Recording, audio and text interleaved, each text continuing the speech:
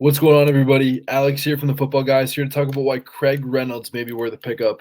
And some of you may be asking already, why on earth do I want to pick up Craig Reynolds? And others of you may be saying, who the heck is Craig Reynolds? Well, that's what we're here for today. We are talking about a third-year undrafted free agent with 2 career touches coming in, playing at Coos State, which is a D2 school.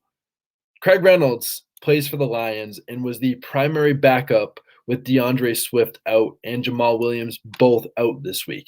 And why Craig Reynolds? Well, going into the game, and this is where it starts to get notable, is with Jamal Williams out on COVID, Deandre Swift out with a shoulder injury. Adam Schefter came on Fantasy Football Now on ESPN and said right before the game that he expected Craig Reynolds to be involved with the committee of Godwin, Igwebuike, and Jamar Jefferson.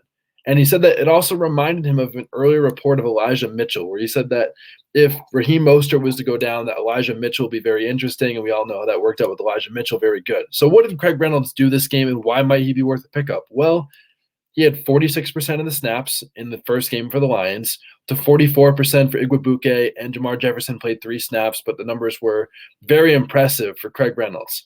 And Craig Reynolds' number starts with 11 carries for 83 yards, which is 7.5 yards a carry. Okay, yes, that of course is one game, but that's really great. And it was much better than Godwin, Igwebuike, who had just 3.1 carries, 3.1 yards per carry on 8 carries, and he also fumbled. But Craig Reynolds, in addition to everything, was also the only running back to be targeted with 2 catches on 2 targets for 16 yards. You love to see that. Both targets came in the fourth quarter, but it's notable that he was the only running back to get receiving work. And after clearly playing behind Godwin, Igwebuike, and Jamar Jefferson, that Craig Reynolds came in and was really the starter. He was the first guy to get a touch or a snap for the Lions that past week.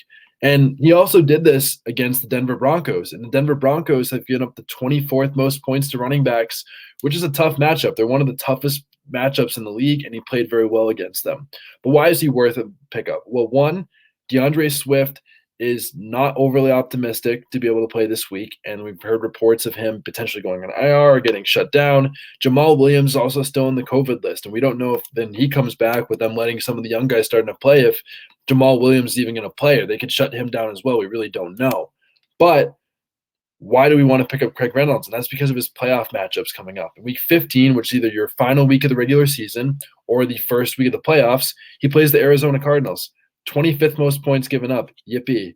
But they've given up the 10th most fantasy points over the last 5 weeks. It's not the best matchup, but with Swift and Hawkinson still not overly optimistic to play, according to their beat writer Chris Burke, Jamal Williams is still on COVID. We're not sure when he plays. Craig Reynolds all of a sudden becomes very interesting, especially because of his real fantasy semifinals and championship week. In the fantasy playoffs, he plays Atlanta Falcons, 9th most points given up on the season in week 16, which is the semifinal week for everybody. And then in championship week, when all of your money is on the line, he plays the Seattle Seahawks, who have given up the 2nd most points this season and the 5th most over the last 5 weeks.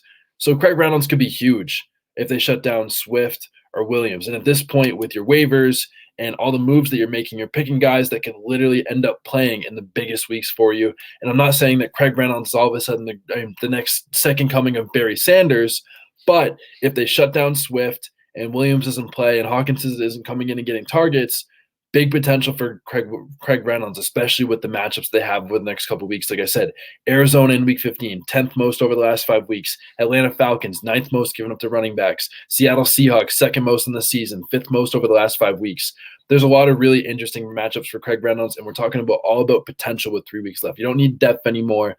You're going for guys that have legitimate chances to be in your lineups over the next couple of weeks, and Craig Reynolds fits that bill, has potential opportunity, and by far played like the best back with Deandre Swift and Jamal Williams out, and there's potential for him to do that in the future. I'm not saying he's going to all of a sudden be an RB1, but a solid RB3, maybe an RB2 some weeks, especially with some very good matchups coming up. But Craig Reynolds is definitely a very good pickup, and I think that he's someone that absolutely deserves a spot as the last player on your bench. So as always, please subscribe to the Football Guys if you're not, and keep enjoying videos coming out each and every single day.